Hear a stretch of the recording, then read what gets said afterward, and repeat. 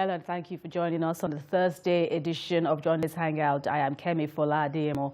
Today on the program, Nigeria's coronavirus cases surpassed the 80,000 mark with 1,133 new cases.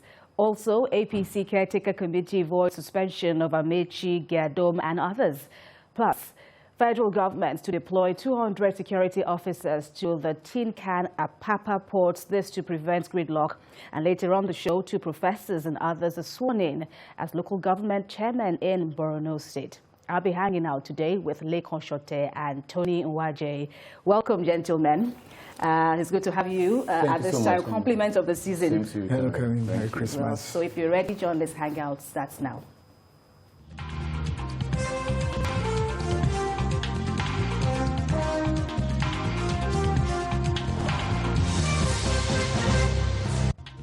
Well, some are saying fire on mountain in Nigeria. Now, this is regarding the second wave of COVID-19 and the recent surge in the new infections of 1,133 means the country has surpassed the 80,000 mark of confirmed cases. Health experts are now raising concerns over the recent resurgence in these infections, which they believe could be more dangerous if Nigerians keep violating safety protocols. Leko, how do you read this spike that we are seeing?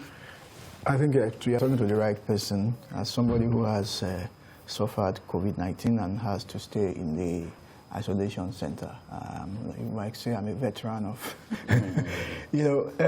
people are very careless. I was just talking somewhere just a few moments ago that a first cousin of mine, this is December 24th, we had the first index case in Nigeria in February. And as at December 24th, somebody is still in denial when we are, dealing with the second wave all over the world. That means it's a terrible situation that we are facing. People are extremely careful. Just go on the street. Just go on Allen Avenue. Just stand in one spot and watch people. Out of 1,000 people, maybe 2 will be wearing nose masks. And over the weekend, I traveled to Yevude. I was asked to come and see somebody. I did not know that, let me say, I was going to be lured into a party in an event center with, I don't know how many people were in that place. I was extremely uncomfortable. And as I walked in with my nose mask, I looked like an alien, like somebody coming from, outer space, They were sniggering, as a matter of fact, at me, that, see this man, he just came from Lagos and all that. So that tells you that we don't even understand the issues yet. And maybe we are lucky that even as we are talking now, only 1,281 Nigerians have died in the last, shall we say, 10 months or 11 months now.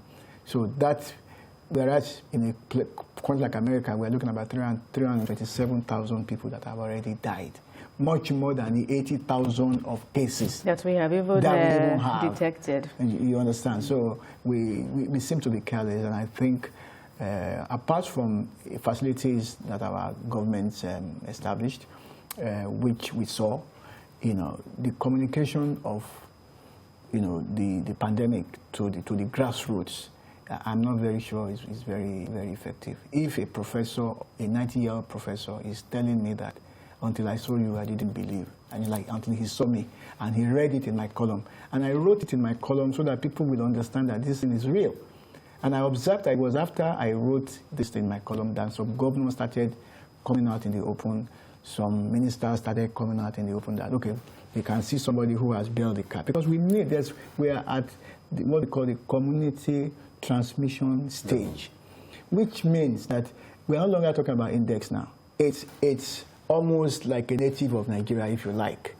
And so people need to be very, very careful about this thing. All right, that's it. Well, thank God that you came out of it alive, that you were not part of the statistics. Somebody said that maybe I needed to go through it so that I can be an evangelist and be talking about it.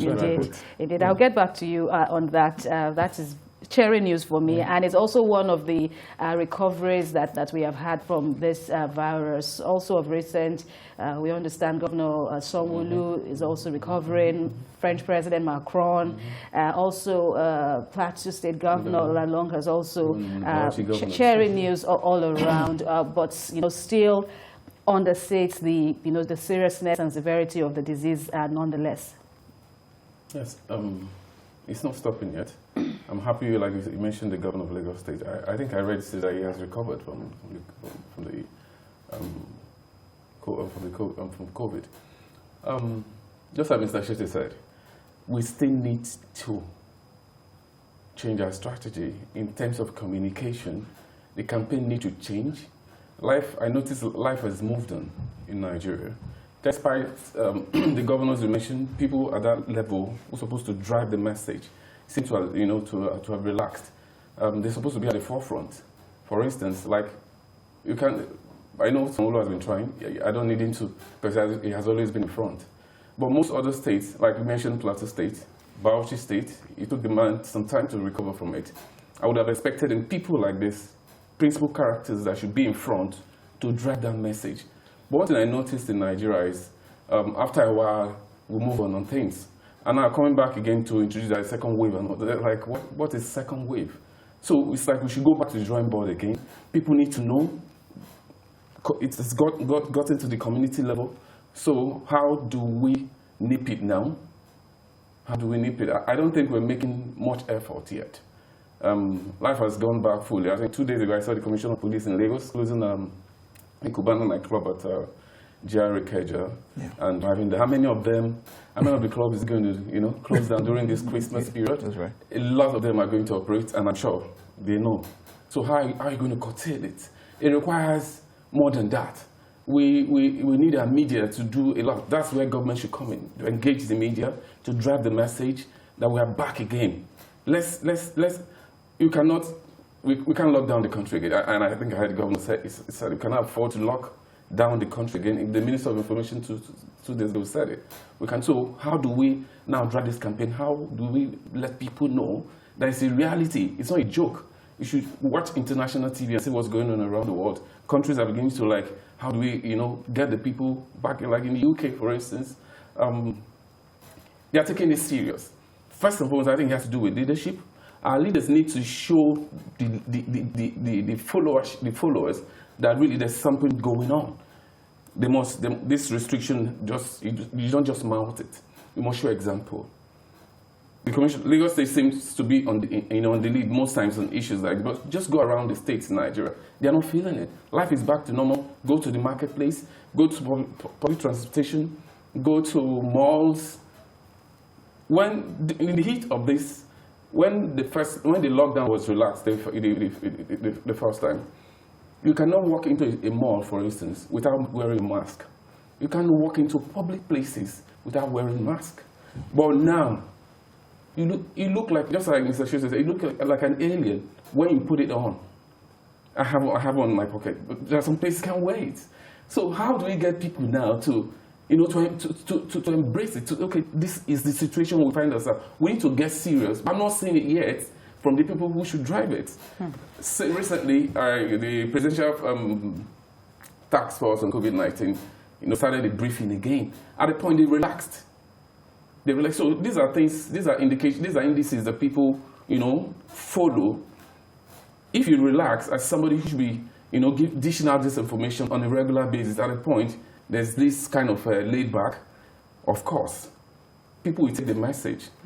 What is the campaign, like NOA, that's National Orientation Agency, what are they doing?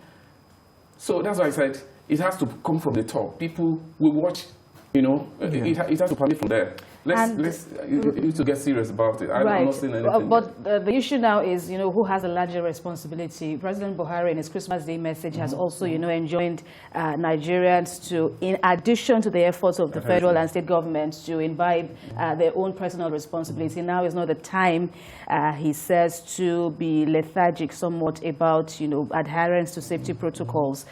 But I want to just, talk about, the cynics. We have quite a number of them in Nigeria, and, so many narratives have been driven regarding COVID-19, how that some say it was created in a laboratory, it will be with us for a while, it's a weapon somewhat. How do you, balance this in addition with your own experience? How do you respond to these claims? Well, as you know, my experience is rich. I mean, it's real. It's not fabricated. And I have photographs of myself on the sickbed, and I have photographs of the kind of drugs they gave me, and I show them to people that, do you want to take this kind of drugs? There's one particular drug, you take it, it can knock you off, or your body will be aching you. You see, I think the problem is this. I have made up my mind that at every opportunity that I have, I will discuss this thing. And that's why I'm discussing this thing. I feel that government, I would have thought that somebody in government would have looked for me and said, listen, come, this is a good testimony. This is one of Nigeria's leading columnists, and he has had this experience, and he appears on TV. Come on, can you come and discuss this? It's some kind of promo that you run, and I will discuss as my own testimony. I believe a lot of people will key into it. But nobody, I'm not asking to be made. Absolutely. But it's not every day that we see someone, who comes that out. People know that you can identify and say, oh, so this person has this kind of experience. We don't seem to get it. And sometimes I regret to say that when I talk to some people in government, they seem to actually think that you are looking for a job when you talk to them about things they ought to be doing. Listen, I'm having a master's degree in journalism, in public relations, and I'm even doing a PhD in this area. This is something that I know, inside out. I've been in media, radio, TV, advertising, public relations. We would need to engage people like that who have had this kind of experience to talk to people, to come up with communication scripts that will engage the minds of the people, speak to them in all the various languages. But you keep quiet, as if even you that you think somebody is looking for a job in government, you got a job in government. You didn't bring a job from your home. You are working as governor, as commissioner, as special advisor, or whatever job you got in government. You are appointed. So, and it's obvious that you are failing. You are not doing everything. I mean, unfortunately, was it 2 days ago that the president was praying to God to safeguard us about the border? That just tells you that the level of competence that we have in this dispensation. And I'm not just talking about the present government. The previous Nigerian governments have always been doing the same thing, and all tiers of government, the federal, the state, and the local government, is the same thing you get. People are dying. Somebody does not seem to think. Then now they are telling us 8,000 people. Listen, I'll give you, listen. I took the COVID test on a Monday morning. I did not get the result until the day I was discharged. Now, look at it this way. If I had waited and not obtained treatment, I probably would have died within that 8 days. I heard of cases of people who died and their result came out 17 days after. Okay, so you're saying before the result came out positive, I was already you had already started treatment? Yes. And you had completed? Yes. And completed it? 8 days. Wow. I was admitted on Sunday evening. Monday morning, they came to do the test. One of my friends who, came to sneak the information to me on Thursday that you are positive. However, don't worry. Going by the symptoms you projected? Yes, but by the test results? By the test result. The results, the test was taken, I was admitted on Sunday, test was taken on Monday morning, but treatment had started. Okay, before the result came out. As if it was positive. So on Thursday when they told me, they said, you're positive, but don't worry, we're already dealing with this issue. And then it was when I was about packing my baggage to get out of the place that somebody called me. Listen, a lot of people would have died that are not recorded in that 1,181 people that have died. Even the 80,000 cases that a lot of people will have had the case, probably nothing happened to them, they recovered, or they have died, and there's no record of them So I don't even think that 80,000 is correct. But still with you, Leko Shote, what lapses, if any, did you well, so many people have talked about, established lapses in the system. In the current system, we have to manage COVID-19 in Nigeria, in Lagos. So what lapses did you see, and how do you think we can overcome this as we enter what some have said is inevitable? We are already in the second wave. Let me first quickly comment the crew, the guys at the COVID center in Lagos, the Yaba. From the gate man, everybody is superb. The service there is fantastic. I'm saying this with all sense of seriousness, But you will also understand that, one, the communication is a key issue. Communication of the problem. For people to understand, people on the street. Breaking it down, to let people understand that we are truly at the community. Listen, if anybody should not catch it, it is me. You will come to my house, I will not even talk to you. I will go to the room, I'll be talking to you from the room. I will not get down for 7 days. That kind of thing. And then, here I was a victim. I was a patient of COVID-19. And I started casting my mind. People started asking me certain questions. And I now realized that there are some things that you are going to do that is likely to run you into it. One, you go to the ATM machine.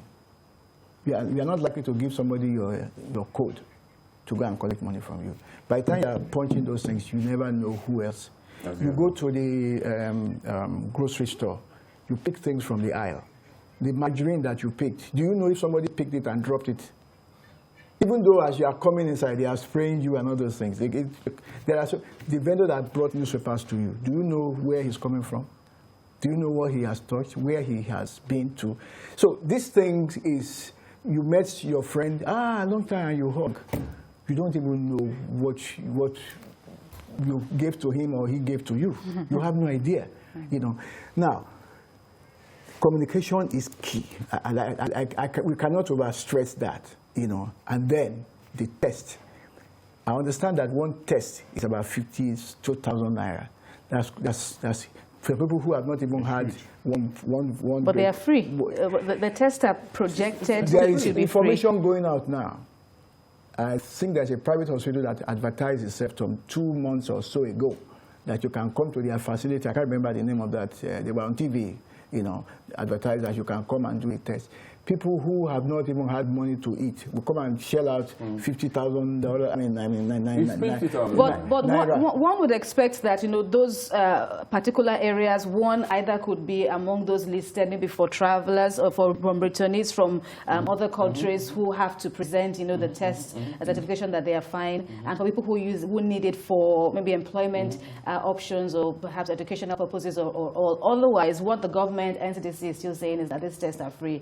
And asking people to just come forward. Some people who administer this test, they are even sending wrong information to people.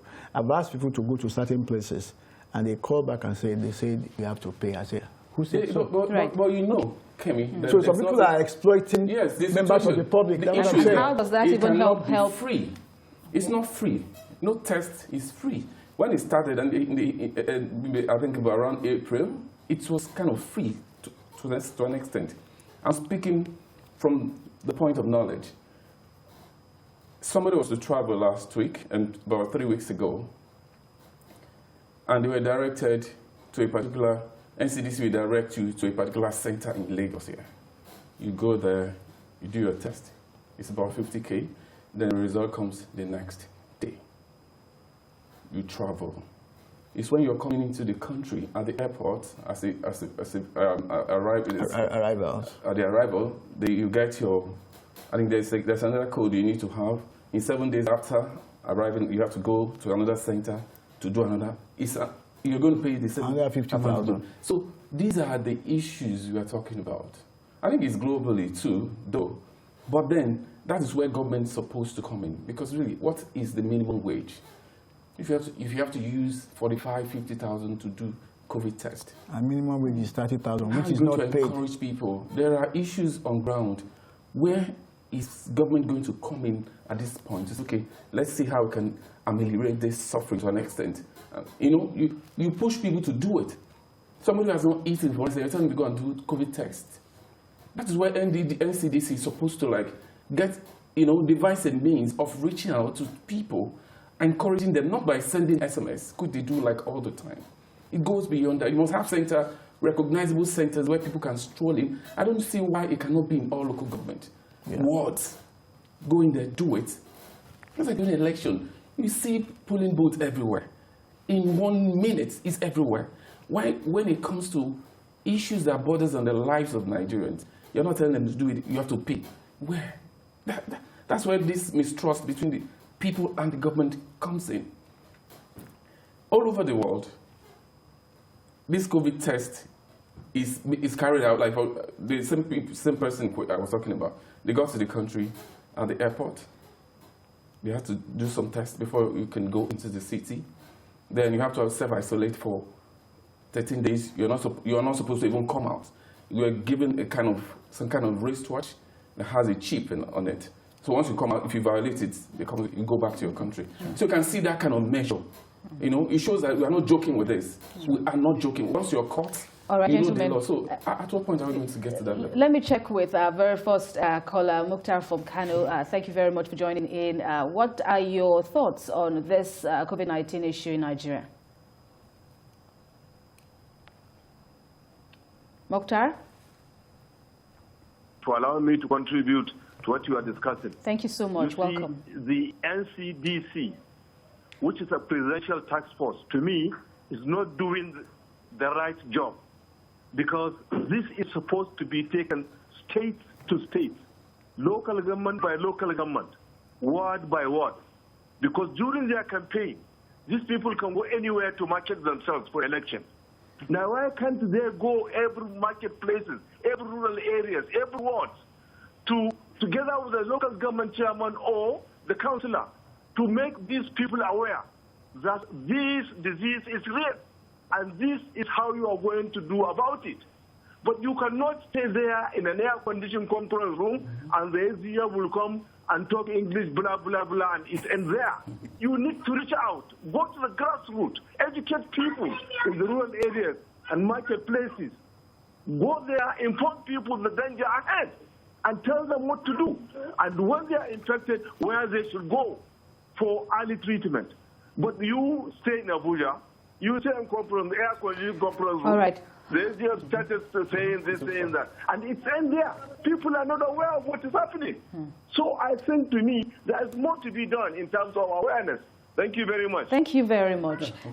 All right, so let's wrap up our discussions on COVID-19, you know, how we can, you know, guard against it for now anyway. I'm talking about wrapping up the discussion, but, you know, experts are talking about a new strain in Nigeria, which is much unlike what is manifesting of recent in South Africa and in the UK. But they're saying there's still not, you know, much conclusion. There's no conclusion yet on whether this is deadlier or whether this, you know, infects easier than other strains. But what are your thoughts on this? No illness is good. Whether one is worse, even malaria is not good. You know, my point is this. We have talked about communication, lack of communication. Then there's confusion. There's PTF, there's NCDC, there's Minister of... The three of them are But they're talking, all part of the PTF. They don't sit down to talk.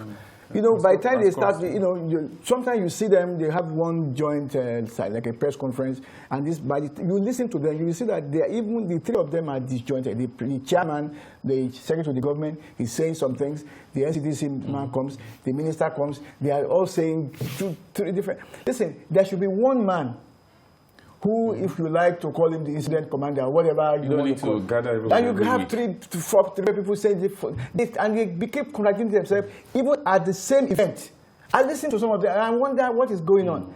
You know, and then you see somebody who is afraid to contradict what the minister is saying, whereas he himself, he has a better information. See what is happening in some countries. When President Trump said, Dr. Fauci, we say no. He says it straight. And there's nobody contesting the space. Even America's Surgeon General does not contest the space, or the Minister for the Secretary for Health does not contest the space with Dr. Fauci. But here we have too much respect in this country. And so people don't even know what is going on, what is happening. Okay, so that's another suggestion. They should streamline and let's have with... So Lagos, I mean, Governor Sanwo-Olu talks for Lagos.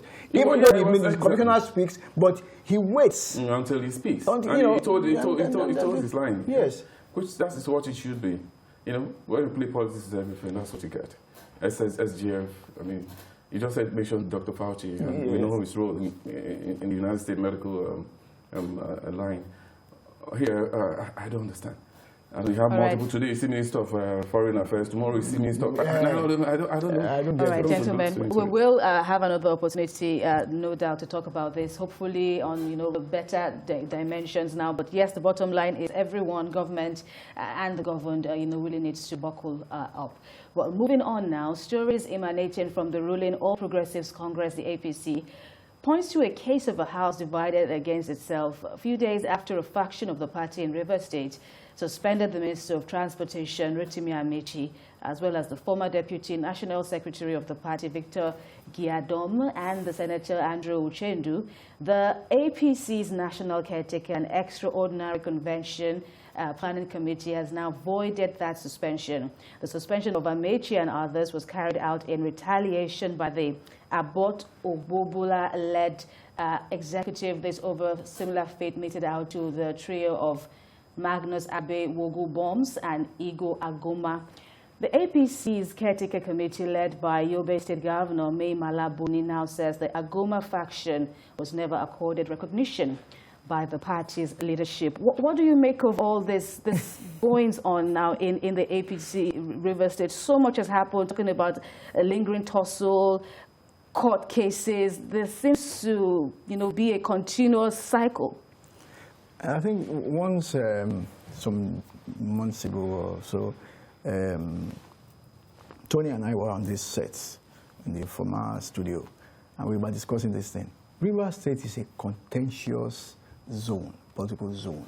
Thank God they're not even killing themselves now. This is a contentious zone, highly, highly contentious. If some people left PDP and went to APC, and then they met some people, and then some people have now seemed to gain the upper hand over some people. And I'm sure you understand what I'm trying to say, And then, it appears that the leadership can afford you some opportunities. I'm sure you know where I'm driving at. This is what you get. And then this, shall we say, this level of gangsterism, when people seize the space, the vacant space in their political party, and then begin to do also.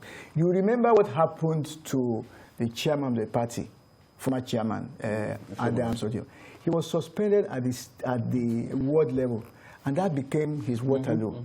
So it's a very dangerous thing that is happening here. And so people need to, there are interests within the political party. Don't forget something, that the Constitution says that for you to be elected into a political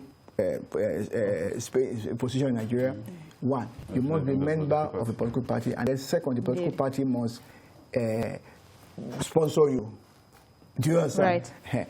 So in order to avoid that, this is where we are. And it's bigger than the politics in Rivers State. It's all this is looking at 2023. If you understand where we are going. So it's all these dynamics are under current to 2023. But this lingering... Maybe we'll be more specific absolutely, as we go on. that will be very good. But, this lingering impasse in Rivers State also cost the party the last general election. And, the party has made move after move to right its wrongs and, learn lessons or glean lessons now from the past. So Mr. Oshomole has left the picture, so to speak, but now we are still having this, and we know South, we know where Rivers State lies in South politics. How do you observe this whole scenario? You know the Minister of Transport. He's not somebody you push around easily when it comes to politics, even national politics. They're not to talk of the state politics. He may have fallen out of favor with the governor, of course, that's PDP. But he's holding forth to APC. He's the leader of the party in the state. So you don't even think about taking it away from him. That's his life. He needs that platform to be relevant, continuously be relevant. And we're looking at 2023. So, and you want to take that platform, you think he's going to watch and see the whole thing go like, no. Senator Godwin, Magnus Hardy is another political actor, a very close friend to Amaechi. They've been friends with himself, Governor Nyesom Wike and Amaechi. They belong to the same fold before. But you know what politics does in Nigeria? Today you're friends, tomorrow you're not. And they take it so serious. Like, I mean, I don't understand how they play this politics. You can play a politics, but at the end of the day, we can sit down on a table like this and still eat together. And geez, when it comes to politics, we can go, on separate ways. But it's not the same. It's not the same in Rivers. Okay, so now we're talking about 2023. That's all. Okay, the Abe faction suspended Amaechi. There's a faction now in that part. That's the truth. That's right. But that's something Amaechi will not take. He won't take it. Senator Abe himself will not take it. He's a staunch member of the party, recognized one, respected by the president and the party machinery. And all he's somebody who had a polling booth in his house. Yeah, it's another grounded politician. So that's the issue now. And this one wants to maintain particular ground. This one, and then when I heard that the party has avoided that, the suspension, I was expecting it because I know he has a hold at the party headquarters in Abuja. I know that suspension will not last. Just as you said, what he did to Adams, former chairman of the APC, he thought it was a joke. When they suspended him at the world level, he thought it's something like it's a joke. And that's what resulted to his exit. So nobody wants to take that chances. Amaechi, we don't want to take it as a joke. He knows, looking at Oshomole's experience. So he did the right thing by going to the party, and now it's voided. But it's not settled yet. Right. Now you have the PDP to stay rattling the party. PDP is very happy that APC is not settled, that they remain unsettled between now and 2023 to their political advantage. It pays them. Go there, I think that's what the governor is enjoying at this point. So at the moment, that's why the national party, has to come in fully. For me, it's about reconciliation. Yeah. They cannot continue like it has cost them some states in the past. So you can't watch again. You may say 2023 is it's far away. It's not far away. They've started campaigning already. They started, putting things in shape for election in 2023. Exactly. So it's not a politician is seeing 2023 as tomorrow. This is the time for the party to stand up and reconcile this political heavyweight in that state. Because even though it is one goal now in the camp of I know they want to score again. So they want to retaliate. We'll talk more about how this victory can be long-lasting and beneficial for all in the party. The party calls itself the party, the Progressives, the party to join, and the ruling party. Well, more on this and other issues on Journalist Hangout. Please stay with us. Every major news story is with many perspectives and layered with different levels of impact. Hello. What time did this happen? We will be right there.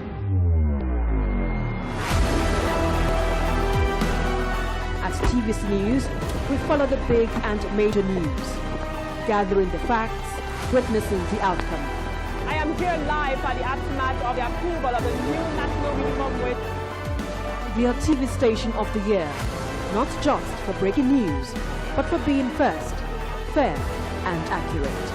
TVC News, first with breaking news. The TVC News at 7 and the TVC News at 10 are not like any other news broadcast. It's the big news hour, the hour for the big breaking stories. We've got some of the best reporters on the field, taking you through as it happens. It's fast-paced, hard-hitting, with investigations that matter. bringing in news that affects your life. With sport, entertainment, and business news, so you don't miss a thing. Experience resourceful coverage with every night.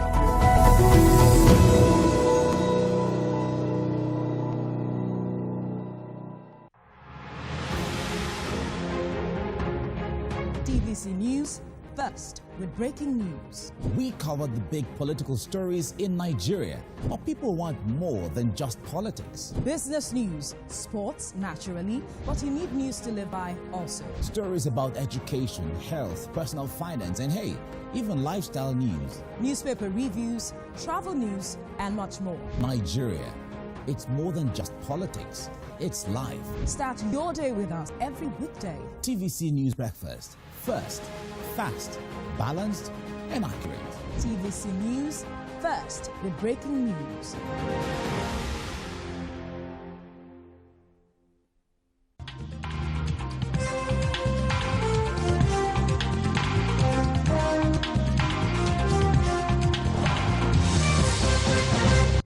Good to have you join us again on Journalist Hangout, and we're talking about the APC, how it's managing its path to peace and ensuring that, you know, all the rocks now, everything is straightened. But then the party had already, you know, created the South-South Reconciliation Committee headed by former chairman John Odigoyego. But how do you assess the performance of this very critical committee so far?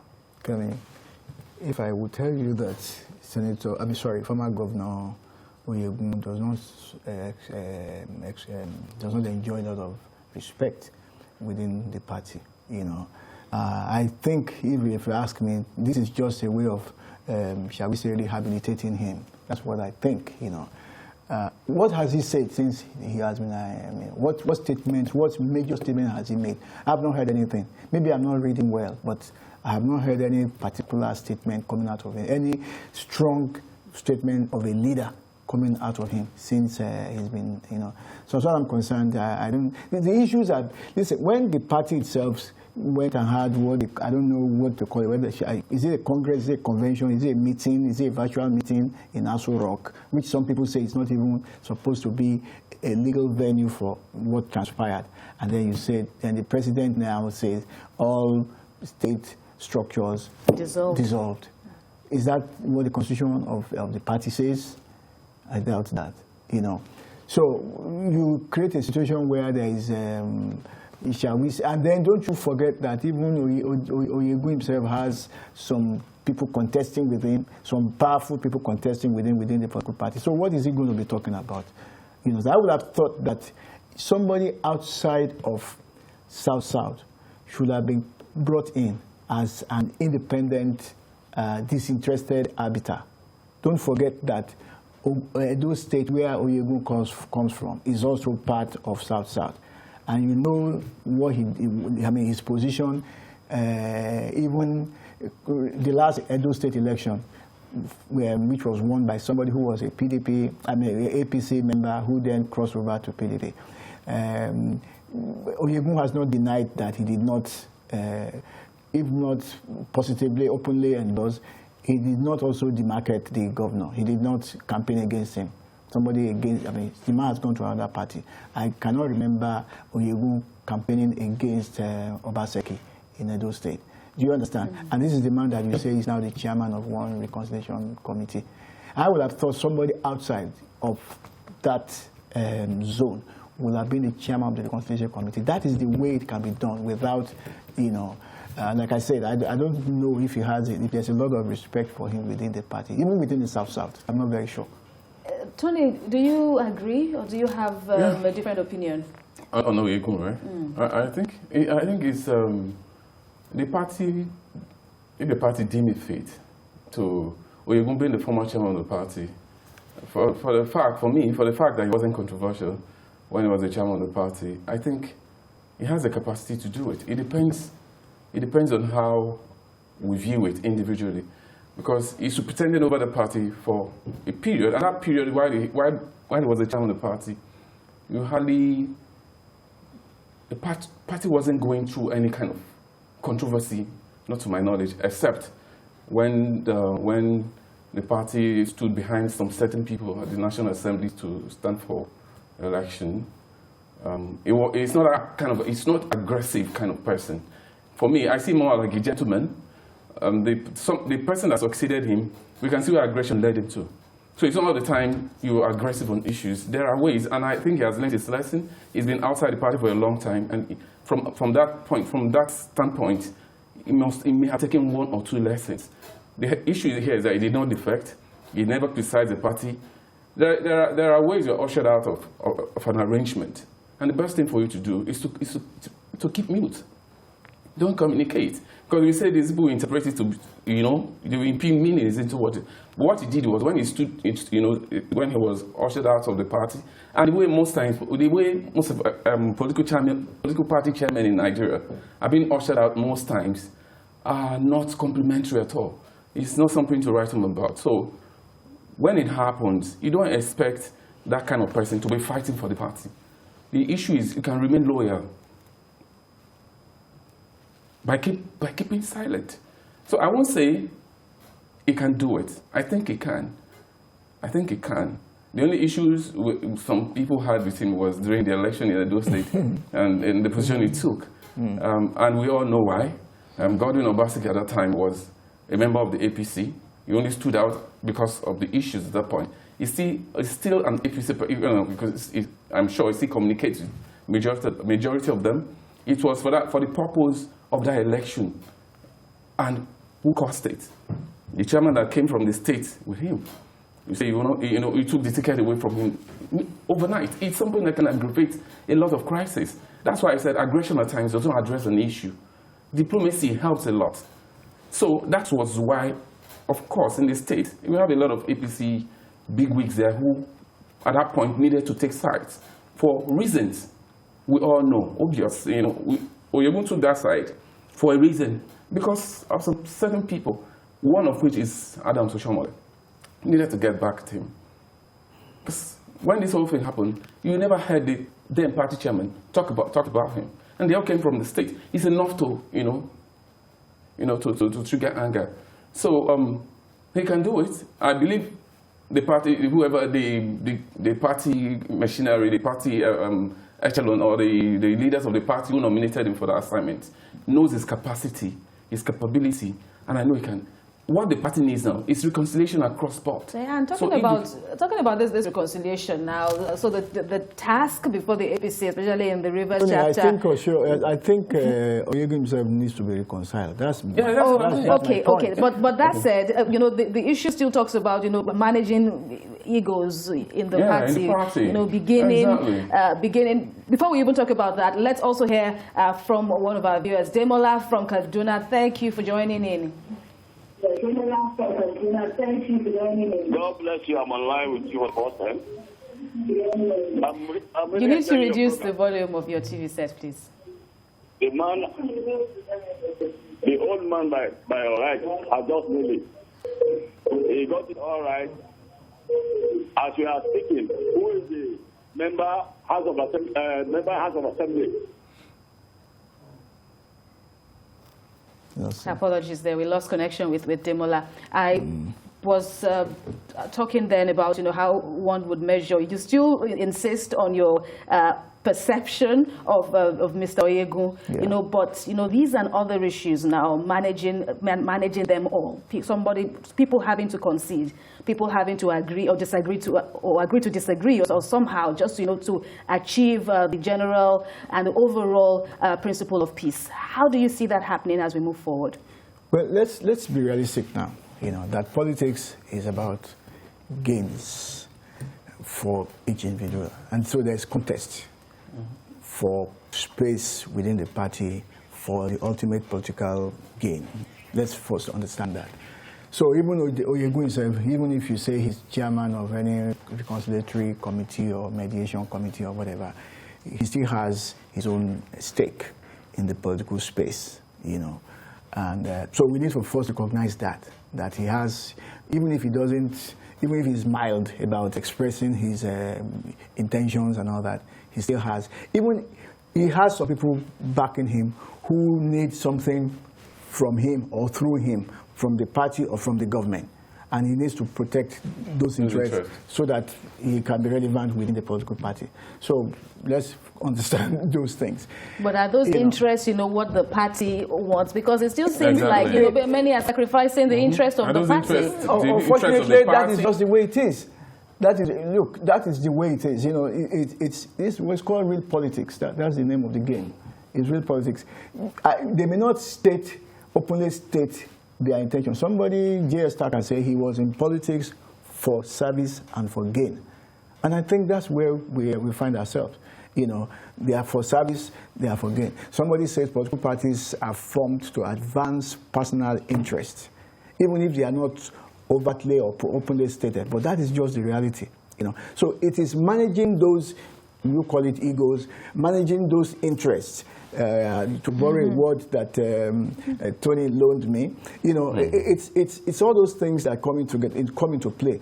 And don't forget, there are some other ultimate goals within that political party, and individuals are like pawns at the end of the day. There are some people who are pulling the strings, you know, for these things to happen the way it is happening, and they are watching. Somebody, he doesn't play the ball well, I assure you they will remove him.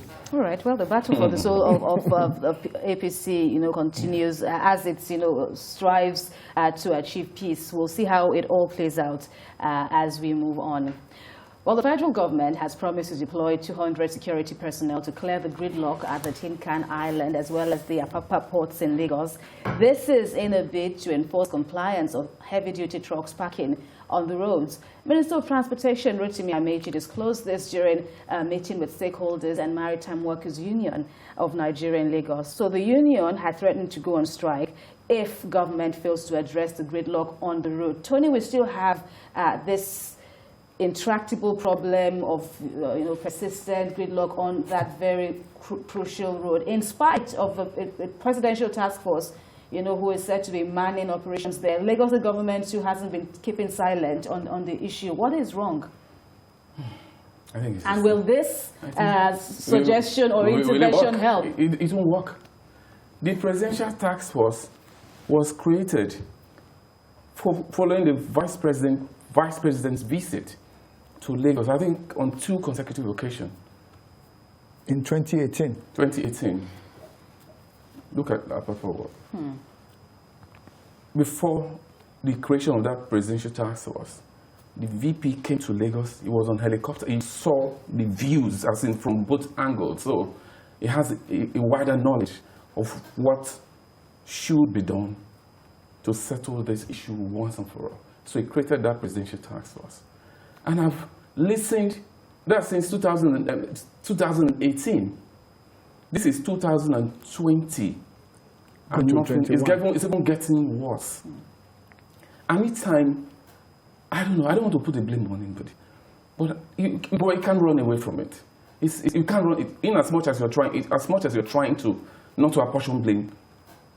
You're even doing a disservice to yourself for not saying it the way it should be.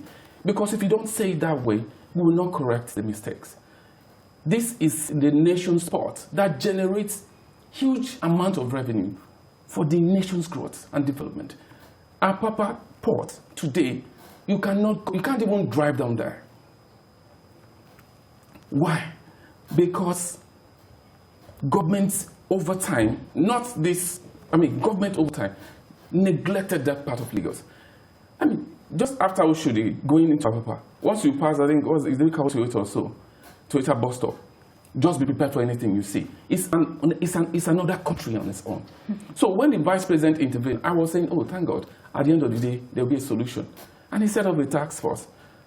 And then I think Gaidom was former special advisor to the former governor.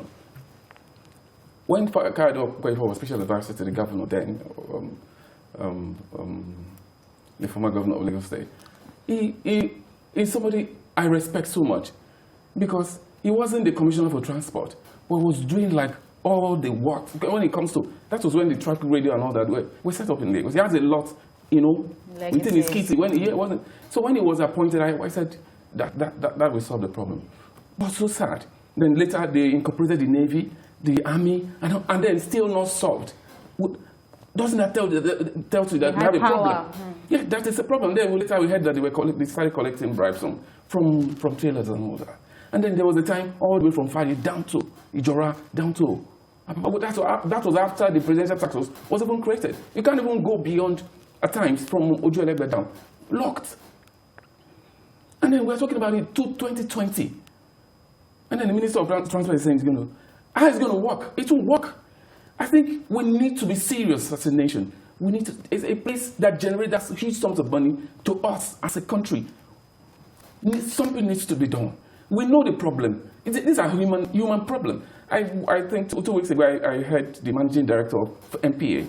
She was fuming, and they've done everything they needed to do. There are individual, they're vested interest that are making this thing impossible. Why not call the names and take them out? And that's why Nigerians are very simple. Right. Why can't you, that road, they can't even pass, they all the way from Wharf Road, Liverpool. The roads are deplorable. You can't navigate those places. So, why can't we solve? We know the problem. This is just pure human. Their interest milking the nation from this place. If you clear a vehicle, for instance, let me just come down with it. If you clear a vehicle, for instance, at that port, a vehicle that came from Europe, maybe from the US, takes maybe 30 to 29 days to come to Nigeria, and then you want to clear from Apapa port to your desk, maybe to Ikeja or thereabout, it's going to take like another 1 month because containers are trying to come in. Those ones all the way to Oshodi, down, they cannot come into the port. All the way from Ojuelegba, Funshaw Williams Avenue to Ijora. They've been parked there for like a month, trying to get access to return the container they use in discharging what. And then the ones that are coming out, you don't get them. And so it's affecting the cost. If, for instance, you need to clear a vehicle for like 500K, it's about 800 now and thereabouts. So these are the things human inflicted pain. So, all right. So this is some two takeaways from what Tony has said. There seems to be a cycle now, a network that seems to be gaining or profiting from the madness described on that very important axis. How do you read the system? Because some have said, okay, the PTF is accused of also receiving bribes or demanding. There's so many allegations now. I understand that people sometimes pay 70,000. Right. So how will the security operatives now, if 300 of them, come to sanitize the system? Minister Amaechi is saying that is what Nigerians need. That will make us buckle up. Listen, Kevin, I think reports indicate that the port, goods that come into the ports are about 3 times the capacity of the port. So that's one problem. That's what makes Lagos-Ibadan Express Road the busiest road in Africa. The haulage that passes on that road. Have we come? All right. I apologize for interrupting. Just to inform our viewers that on the TVC channel that we will be pulling out, you cannot watch us on our TVC channel, but of course the program continues on TVC News. And for our viewers who are in Europe, you can also still watch us on BSkyB. We apologize for those who are enjoying the program so far on TVC, but we have to end transmission there. So the show continues right now, but let me bring in Omojowa. Thank you. I hope I didn't keep you on for too long. Please, let's have your say. No, thank you very much. My name has been mentioned earlier. I'm trying to contribute.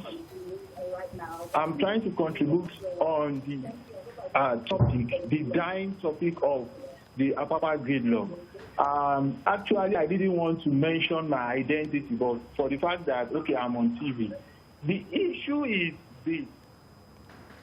There is no way, I am saying it emphatically because I'm a player on that route. I'm saying it with all sense of sincerity. There is no way, even if they bring American allied forces, the very moment they land in Apapa, if those people don't have integrity, that problem will continue. It's a cartel. It's a whole lot of cartel. We like it or not. Some people are feeding so far from it. I begin to imagine when I hear some unions saying they want to go on strike. We have Lupen there.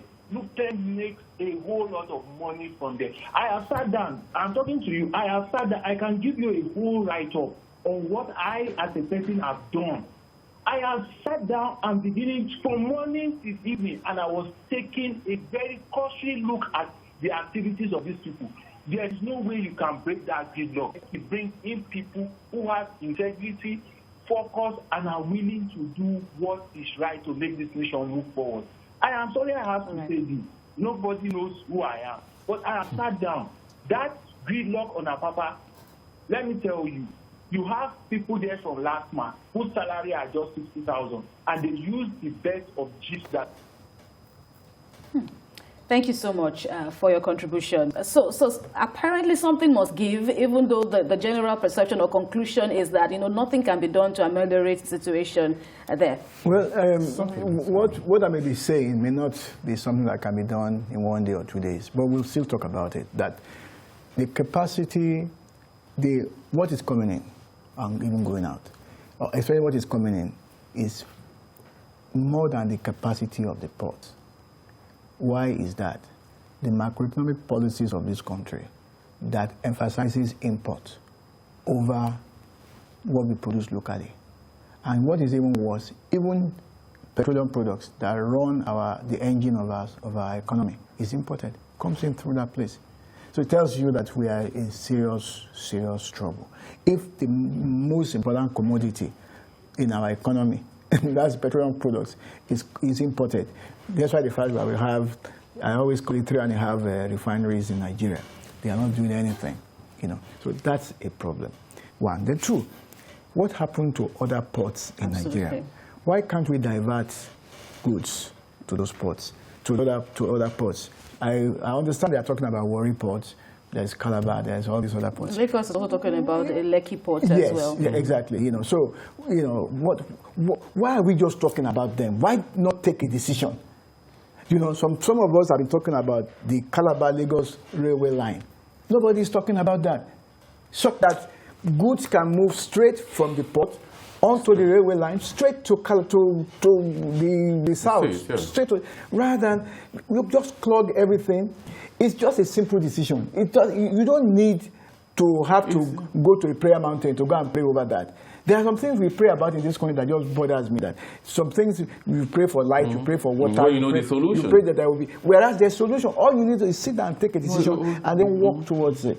I know that this thing will not be done in 1 day. I am sure of that. But if we had started doing these things a long time ago, we will have by now. Then somebody will come and be telling me about anchor borrowers for loan to farmers. What have they produced? Where is it?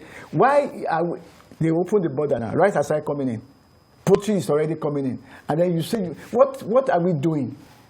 And I'm Tony will remember. I'm always talking about my own father's 2 factories, 2 textile factories that employ about 2,000 people. The 2 factories are quiet. Nothing is happening.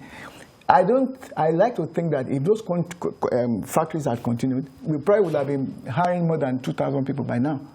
But those factories are sitting down. Several, just go to the those are just 2. Yes, those are just many. Just go to Toyota, as you said, all the way down. That is the textile axis. They are now selling rice, motorbike, warehouses, all these things. That's what they are doing now. It just tells you that that textile industry used to be the biggest industry, employer of labor in this country, and then the whole thing just suddenly kept quiet, and nobody is coming with it. I was invited to Abuja a few times to come and sit down with some government people, stuffy people. We sat there, we were talking. Eventually, they came to the factory with cameras. We never had anything from them.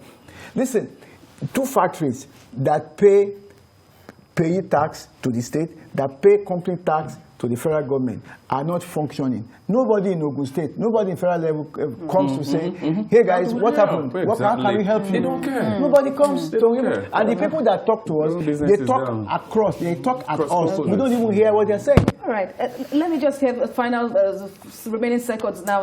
As you know, what you would like to see different? Yes, what I would like to see, just as Mr. Shete said, the solutions are just there. We all know the solution. But I don't think we have the political will to sort it. Everything in Nigeria has been political from time immemorial. Why Apapa cannot be sorted out right now is because majority of those characters are strong political actors in Nigeria today. The major investors at that port, on that axis, that are making it difficult are strong Nigerians. Politically, or are connected to the system. I have their names. You can't touch them. They're untouchable. Because if you try, they know the button to press. That is the problem we have.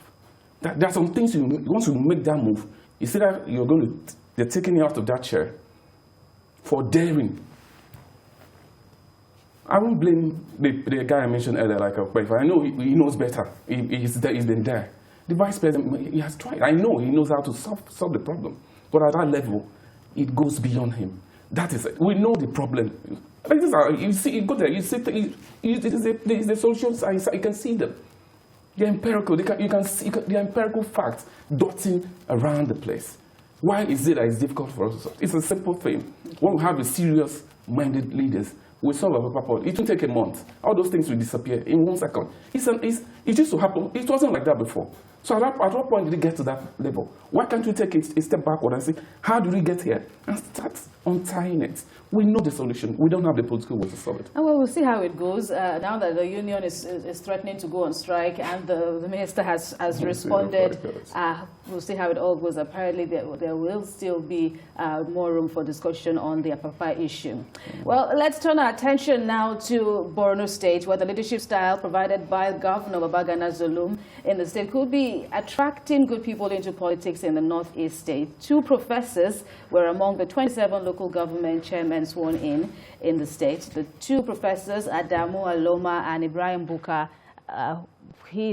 Professor Aloma is the professor of banking and finance at the University of Maiduguri. He took oath as office of Damboa local government area, while Professor Buka, also from the same university, took oath as the helmsman of Goza local government. Now, Professor Zulum, the governor, called on the elected officials to discharge their duties fervently. Professors, all the way, and let's begin with the positive side of this, how this will impact. First of all, the fact that elections of this magnitude, local government, were held after a lull several years, and now we're having this caliber of elected officials. Well, let me congratulate the gentlemen professors or chairman professors and the other 25 local government chairmen and their men. My take is this. Maybe this is payback time for the professors who have always been, what do you call them? Those who keep the tab of the elections in the state elections. What do you call them? Those are the guys who collate coalition returning officers. So I think finally now they are now. For a while we had them confined. Yes, and then the chairman of INEC have been professors. So maybe something is happening. Something is going back to them. But more seriously, is this that I'm hoping that this is going to portend good things for the people of Borno, and probably it will begin to lead to other things. If you remember that the first crop of leaders in Africa were teachers. They were teachers. All these Nyerere, Tafawa Balewa, practically all of them were teachers.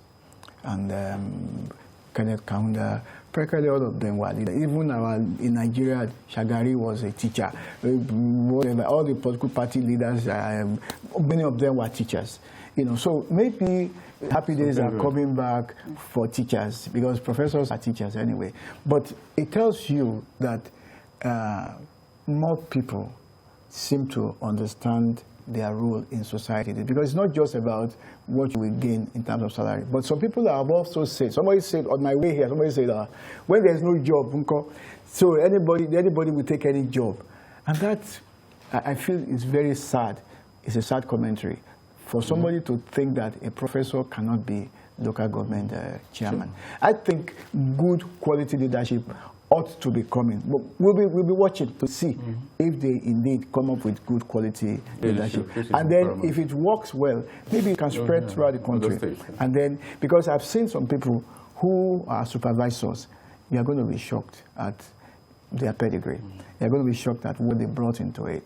And hopefully, there is going to be more seriousness in politics, because some of us have said that a lot of educated people leave politics to charlatans, to the other people, and then you are now complaining. So it is time for people who seem to have something to offer themselves and come into this political space and, shall we say, rescue mission. if I can put it like that. And I like the way you put it, rescue mission, because of course we all know the position Borno State is now, that is making the governor to go all out. We've seen the challenges he's been facing, but do this emergence now of this ilk of new officers, does it translate to better times for indigents? I think for me it's a welcome development. Knowing fully well what local government, the touch of government, which is the local government, we know what transpires at the local level, where the chairman thinks, some of them behave like, sorry to say, behave like hogs. I've had interactions with most of them because they see the local government, you know what happens across the federation. Let me not go into that area.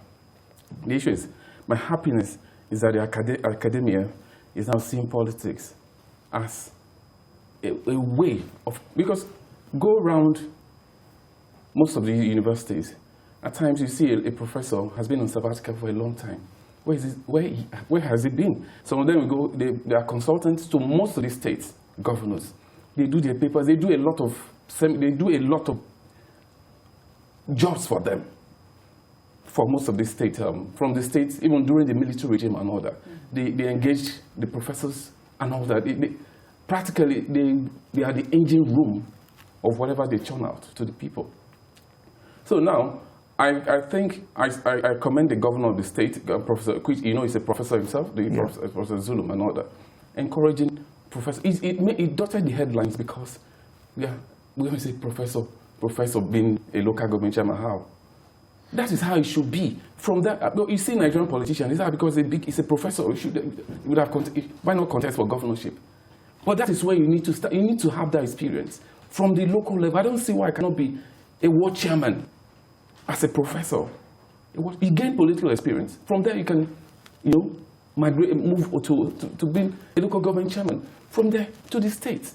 I say that is if you have something genuine to contribute to the people. Exactly. When you are not looking at the gains of the office, but something you want people to tap from you, knowledge. And a professor is doing that. I commend them. It's not about no jobs. They are open to, they have jobs. As a professor, you're open to a lot of opportunities. So that's why I'm commending the governor. I want to believe he encouraged them to do so. I think so too. That is how it should be. We should have the academia taking over that level of government. We know what it is to run for governorship in Nigeria. How is a professor going to do it? How is a doctor going to, a PhD holder, how is he going to do it? So if you can start from that level, it means you have something to offer the people. You're not looking at the paycheck. For me, it's a good day for Nigeria. And I want to encourage other states to emulate it. I've gone to local government, I've seen what the local government does because a governor picks them, and because they have no pedigree, if you tell them, go and sit down here, they go there, sit down. They don't even want to annoy you because they have nothing, they have nothing to fall back on. Some of them, they've not even sold one. Let's say, for instance, a recharge card. They don't have any business before they were made a local government chairman. But if a professor sits on that chair and you're the governor, there's this mutual, I think there will be mutual understanding and respect. Respect, yes. It's about what he has to, I think it's about what he has to. But it's also about dynamics of power. We've seen how even council chairman also wield a certain amount of power, especially when it comes to politics. And the governor has even said something about, releasing all the funds entitled to these council chairman now to run, to work with. So how do you see it all playing out with this crop of leaders that we are seeing now, even though at the local level? And of course, as you have both said, the local, this level is equally important, even more important, the higher echelon. Politics is local. Let me even extend this, that I'm hoping that people who retired as corporate managers can give back. Somebody who left his go to job that level as managing director of a bank or of maybe UAC or PZ, I would expect that somewhere like that should go back and become local government chairman. You think a governor will come and talk to that person anyhow? Listen, I imagine somebody retires as MD of Nigerian Breweries and is chairman of one local government, and you come, you say you're governor, he'll be looking at you like, what are you talking about? Then the funds that the states hold, which belong to the he will stand up and demand for the funds for his local government. And I expect that with his experience, he will utilize the money. We need good hands. I'm so happy, I'm so impressed. I'm hoping that these guys can encourage other people from the corporate world. Because you can't, somebody left being the MD of a bank and become a senator. I think it's a waste. I would have thought if he was chairman of a local government, can you imagine what he would be doing? The governor cannot talk to him anyhow. He will sit down and say, my friend, because his pension is enough. He doesn't even need the salary of the local government chairman to start with. And he doesn't need your, what is that thing, that nonsense called the security vote. No, he doesn't need it. He's living with, he's okay. His retirement package is good enough. He can look the governor in the eye. I mean, it's not as if he's going to be quarreling with him, but he will insist on his rights, on his and start his position and do what he needful for the people of the state. And I think we should encourage it. I think we should applaud the governor. But there's also need to, to monitor the system. We've seen how some people enter into power, and of course, despite the good intentions, despite the high hopes, being placed on these individuals, we've seen how perhaps Nigerians don't monitor the system all the time. Because these people were voted for. We are going to monitor them. We are going to be watching out to see how it plays out. Absolutely. We are not going to just say because we have professors and we call them out. Don't forget, Section 22 of the Constitution says the media, that's you and I, must make government accountable to the people. We are going to make them accountable to the people. It did. Well, very inspiring, though, I have to say. But then how, Borno State, now the governor even says, okay, don't come and start operating from Maiduguri when you are supposed to be in Damboa, you're supposed to be at your local council. As long as it's safe for you to do so, make sure you go home and associate with the people, let the people know that you're there and know you're operating from afar.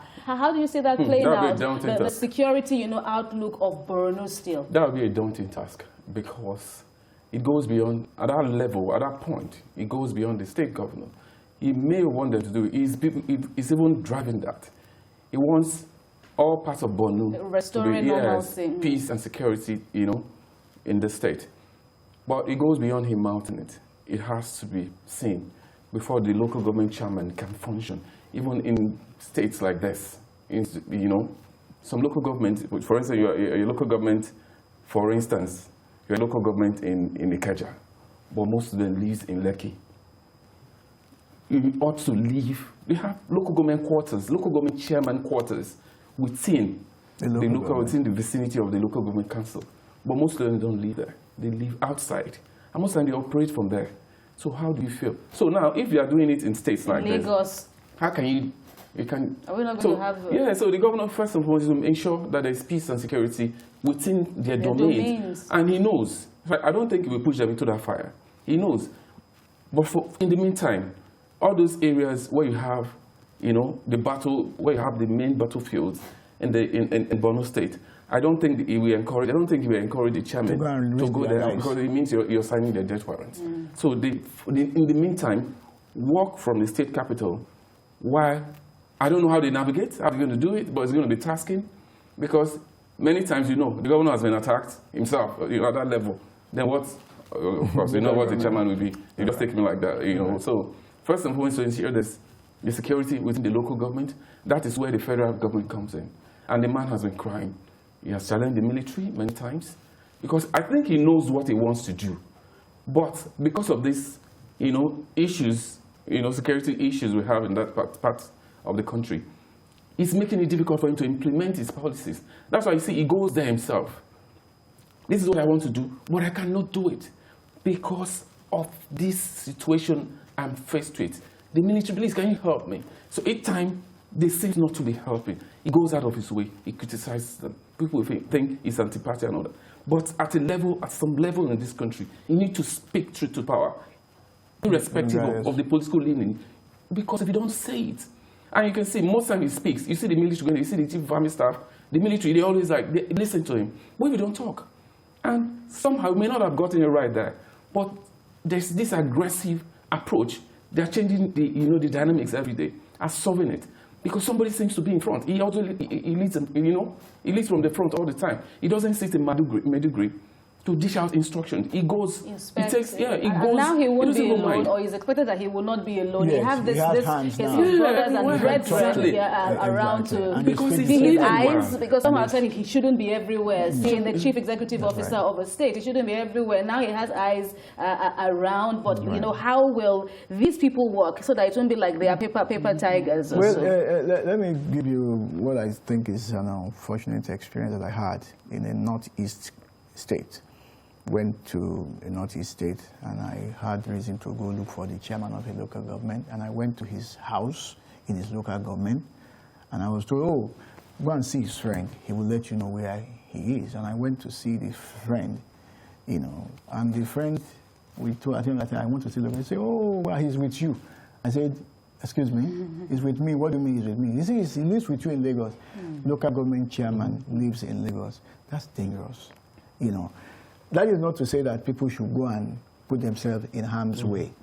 But we must understand that ultimately the local government chairman must be physically present. Because, there is a way you absorb information about your environment when you are physically there than for somebody to come and be briefing you with what they see. There's selective perception. There's even selective reporting. His angle will be different from your own.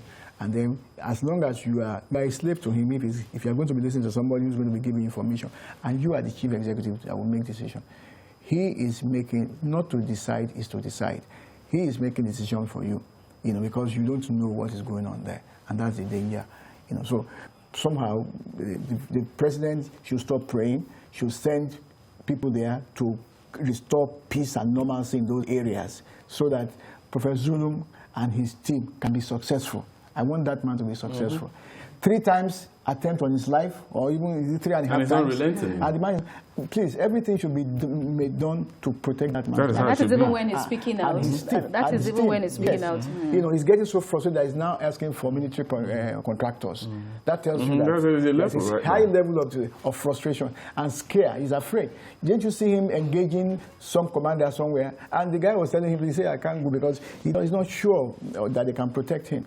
So the president, who is the commander-in-chief, should please step in and find a way to restore peace into Kaduna. That man, there's something we need to help him to succeed. Professor Zulu must succeed, and the president must help him. Right. I must thank you both, Tony Waje and Leko Shote. Thank you very much for your contributions on the program today. Just before we wrap up, Ismail, it's good to have you join us on the program. Even though we are winding down, but we can still accommodate you. Please, I just want to correct something about the COVID test that you discussed about. Carry on, please. Okay. I think the man that talked about the test, he just mentioned those people that are traveling either in and out. Those are the people that are supposed to pay for. Those are the people that are supposed to pay for COVID tests. Otherwise, it's free. All right, Ismail. Thanks for putting that in check for us. I hope we got the whole. That's what Tony said. Yes, I hope we got the whole of his of your comments, Ismail. But yes, we've all laid the bare facts, and it's now left for us to continue to monitor the system and see how indeed transparent it is, as promised by the government. Well, here's to safe and happy holidays to you both and to our viewers. Too. Thank you very much. Thanks again for joining on the program today. Thank you so much. That's all on Journalist Hangout. Remember to join us again tomorrow for review episodes of the program. And remember, we're on YouTube at youtube.com/